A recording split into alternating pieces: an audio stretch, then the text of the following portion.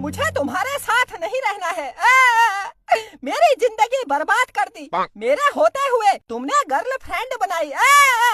अरे पागल है क्या? मेरी कोई गर्लफ्रेंड नहीं है। मुझे सब पता है तुम्हारी गर्लफ्रेंड है। मैं पागल नहीं हूँ।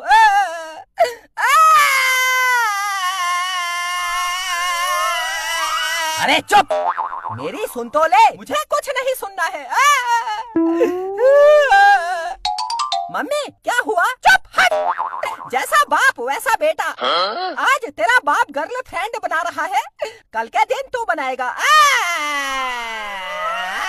अरे चुप, तुझे किसने बताया मेरी गर्लफ्रेंड है? किसने बताया? क्या मेरे बॉयफ्रेंड ने बताया?